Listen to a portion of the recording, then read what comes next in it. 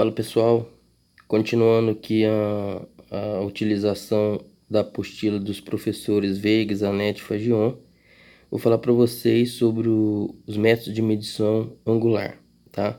No caso, medição angular do ângulo horizontal, tá? Ou seja, o ângulo medido no plano horizontal. Então, vamos supor, né, que eu queira determinar o ângulo entre os alinhamentos AB e AC, tá? Então, considerando aqui, olha só, estação A, Ré em B, Vant em C. Então, estação A, Ré B, Vant em C.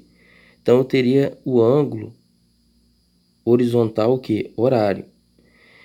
Mas vamos imaginar o seguinte, ó, o que eu tenho interesse, a princípio, é o ângulo formado entre os alinhamentos BAC ou ABAC. Certo? Então, está falando o seguinte, ó, desejo determinar o ângulo horizontal compreendido entre duas direções, tá? Conforme o exemplo abaixo. Então, por isso que às vezes aparece nas normas o seguinte, realiza a medição dos ângulos utilizando o método das direções, ou seja, você mede a direção, o ângulo numa determinada direção. Por exemplo, se eu tiver estacionado o aparelho em A, fizer uma leitura em B, eu posso zerar ou não o equipamento, tá? Se eu zerar, quando eu fizer a pontaria na direção C, o valor que vai ser apresentado no visor, caso o teodolito, né, seja eletrônico, vai ser já o ângulo alfa procurado, tá? Eu vou mostrar à frente para vocês. Então, considerando aqui uma forma de medição do ângulo, é o seguinte, é o aparelho não orientado. Então, você quer medir o ângulo alfa, que é o de interesse, considerando estação A, Ré B, Vant em C. O que acontece? Eu não vou zerar o meu aparelho na B, na direção B, de B. Não vou. Então, eu simplesmente faço a pontaria em B e anoto o valor do ângulo horizontal que vai aparecer no visor. Feito isso, eu faço a pontaria em C e marco o que? Faço a anotação do valor do ângulo horário que vai aparecer no visor. Então, L2. Então, veja bem nessa figura. Se eu fizer L2 menos L1, eu vou encontrar alfa, né? E ele coloca aqui o seguinte, se esse alfa for menor que zero, ou se for negativo, você soma 360 graus, tá? Então, eu faço a direção L2 menos a direção L1, vai me dar o alfa. Se esse alfa for menor que zero, eu somo 360 graus, tá? Então, você não se preocupa aqui em zerar o equipamento, por exemplo, em uma determinada direção. O zero pode estar em qualquer posição, tá certo? Agora, por exemplo, você pode orientar o equipamento. Se eu resolver, né, igual nesse caso, estacionado em A, faço Ré em B. Se eu zerar o equipamento, ou seja, o zero vai estar na direção de B. Faço a pontaria em C.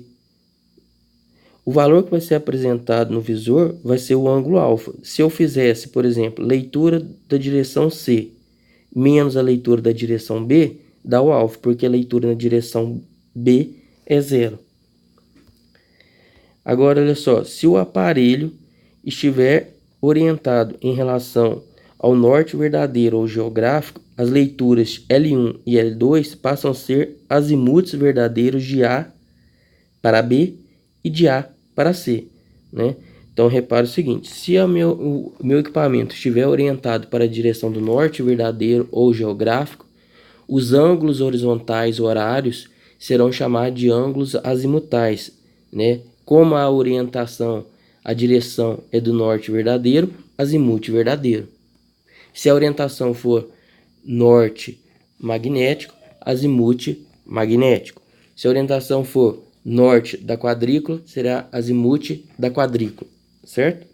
E se for uma direção arbitrária, poderia ter um azimute arbitrário, né? Porque aí eu teria um norte arbitrário. Aparelho orientado pela bússola. como eu disse. Como é orientado pela bússola, a bússola vai me dar a direção das linhas da direção do norte magnético, então eu vou ter um azimuth magnético. Ressaltando aqui que o valor angular entre as direções do norte verdadeiro ou geográfico e o norte magnético é chamado de declinação magnética. Aparelho orientado na ré. Então, eu estou aqui em B, estacionei aqui em B, fiz uma ré em A e uma avante em C. Então, olha só, A, B, C. Eu estou em B, estou indo para C. O ré é o que ficou para trás. Então, estação B, ré em A, avante em B. Então, aparelho orientado na ré. Neste caso, zero-se o instrumento onde, olha só. Desculpa aqui. Eu tenho, olha só. Neste caso, zero-se o instrumento na ré, estação ré e faça a pontaria na estação de vante. Então, estação B, ré em A, vante em C. Então, estação A, B, faço a pontaria em A, que é a ré, eu zero o equipamento e faço a leitura na vante. O valor angular já vai ser o ângulo que eu estou procurando.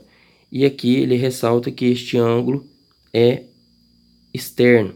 Ó, no caso de uma poligonal fechada, se o caminhamento do levantamento for realizado no sentido horário, tá? Repare que aqui está no sentido horário, ó. Estou caminhando no sentido horário, A, B, C no sentido horário. Será determinado o ângulo externo compreendido entre os pontos B, A, C, tá? Na verdade, o ângulo aqui seria A, B, C, né? Então, A, B, C, tá certo? Então, não esqueça, A, B, C. A é a ré, B é a estação, é o vértice, C é a avante, tá? Aparelho orientado na avante. Então, orientado na avante é onde você vai zerar. Semelhante ao caso anterior, somente agora o equipamento será zerado na estação de vante. Então, estação B, eu zero na avante e faço uma leitura na ré. Então, aparelho orientado na estação de vante, tá? Repara que o ângulo alfa é um ângulo que horário, tá? O ângulo alfa aqui na primeira figura também é um ângulo que horário, tá certo? Então, estação B, ré em A, vante em C, ângulo horário, externo. Se fosse uma poligonal fechada, seria ângulo externo. E aqui, se a orientação fosse avante, eu teria ângulos internos, tá?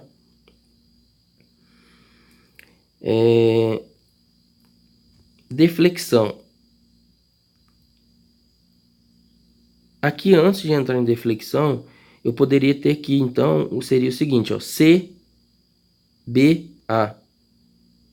Estação B, ré em C, né, que seria avante, e avante aqui em A. Então, na verdade, eu coloco o seguinte, aparelho orientado na avante. Eu zero o equipamento na avante e faço uma leitura na ré, tá certo? Medindo o ângulo horário. E aqui, que acredito que seja o caso mais comum, tá? Estação B, ré em A, vante em C. Ângulo de deflexão, muito utilizado em estradas, né, traçado, projeto geométrico de vias. Então, nesse caso, força a coincidência da leitura 180 graus com o ponto de ré. Então, estação A, ré, estação B, ré em A, vante em C. Estou em B, faço uma leitura ré em A, tá? E pego o prolongamento do alinhamento AB, e aí eu meço o valor angular do prolongamento do alinhamento AB até o alinhamento BC. Então, neste caso, olha só, força a coincidência da leitura 180 graus com o ponto de ré, o que equivale a ter a origem na graduação no prolongamento dessa direção. A deflexão será positiva se a leitura for à direita ou negativa se a leitura for à esquerda, tá? E vai variar sempre de 0 a 180 graus. Então, da forma que está aqui, ela é positiva, porque deflexão à direita. Então, se você imagina o seguinte, ó, de A para B. Eu estou indo para C agora. Eu estou indo para direita. Então, a deflexão é positiva. Se fosse para a esquerda, negativo. E varia de 0 a 180 graus. Certo? Então, a deflexão pode ser à direita ou à esquerda. Pode ser positivo ou negativo. Varia de 0 a 180 graus. Técnicas de medição de direções. Simples. Instala-se o teodolito, tá? Em A. Visa-se a estação B. Em pontaria direta. Lembrando que pontaria direta, ele está falando aqui de PD e PI. Posição direta do instrumento, posição inversa do instrumento. E anota a leitura de B. A seguir, visa a estação C e lê-se o quê? LC. Então, a direção de LC menos a direção de LB vai me dar o valor angular. Lembrando que se for menor que 0, eu somo 360 graus. E está falando que é leitura simples porque eu só faço a leitura na posição direta. Ela passa a ser par conjugado, né, ou pares conjugados, quando eu faço as leituras na posição direta e na posição inversa. Tá?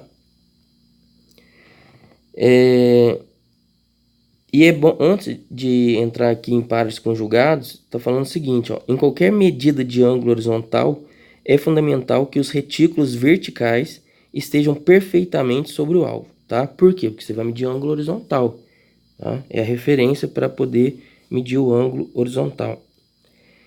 Então, se estivesse utilizando uma baliza, você vai ter que fazer com que o retículo vertical fique no eixo da baliza, tá? E de modo geral você faz a pontaria o mais próximo do piquete ou do ponto topográfico possível.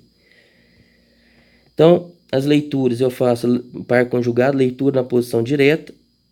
Ó, repare que é LPD, leitura na posição direta, e LPI, leitura na posição inversa.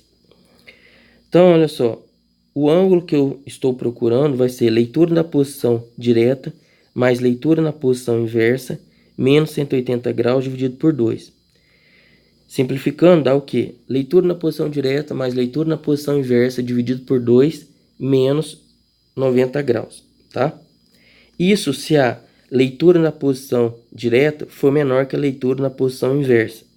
Se a leitura da posição direta for maior que a leitura da posição inversa, vai inverter. Em vez de ser menos 90 graus, é mais 90 graus. Então, olha só. Quando a leitura na posição direta for maior que a leitura na posição inversa, eu faço o ângulo L procurado da direção de interesse, é a leitura na posição direta, mais a leitura na posição inversa dividido por 2, mais 90 graus. Então, eu posso resumir da seguinte forma. Leitura da posição direta, mais leitura da posição inversa dividido por 2, mais ou menos 90 graus. Menos 90 graus se a leitura da posição direta for menor que a leitura na posição inversa. Mais 90 graus se a leitura da posição direta for maior que a leitura na posição inversa. Tá? Assim como os professores resumiram